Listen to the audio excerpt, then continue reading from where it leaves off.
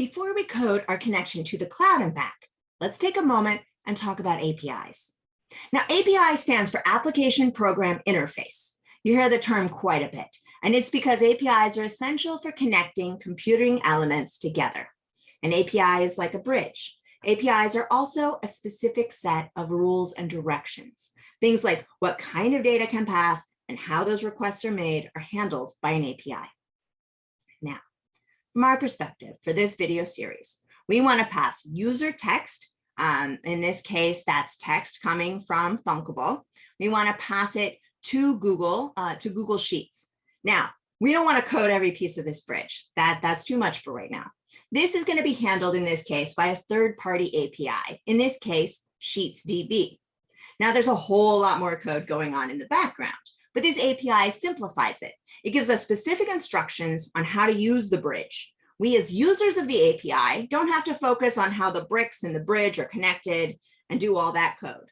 We know that we can walk over it or pass our data if we do these specific things.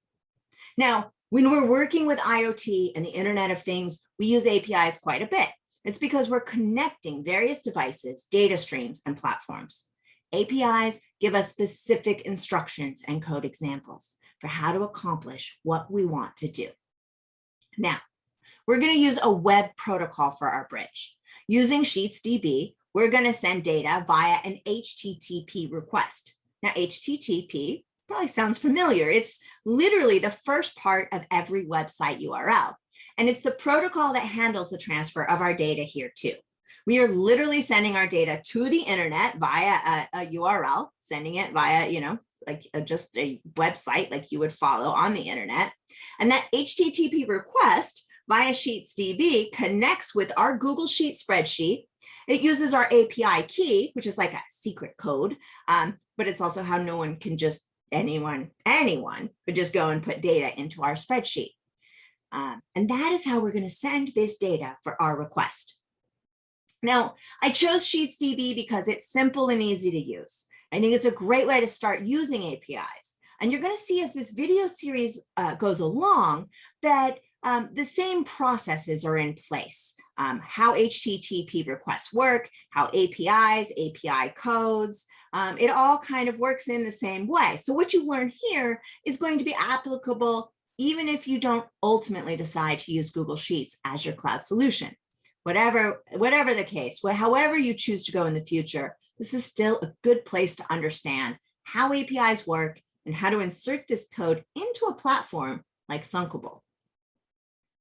Now, APIs often have restrictions on their service, and oftentimes this is about how many calls you can make to the API over a certain period of time. Now, in the case of SheetsDB, we see that on their free pricing plan, we can have 500 calls a month.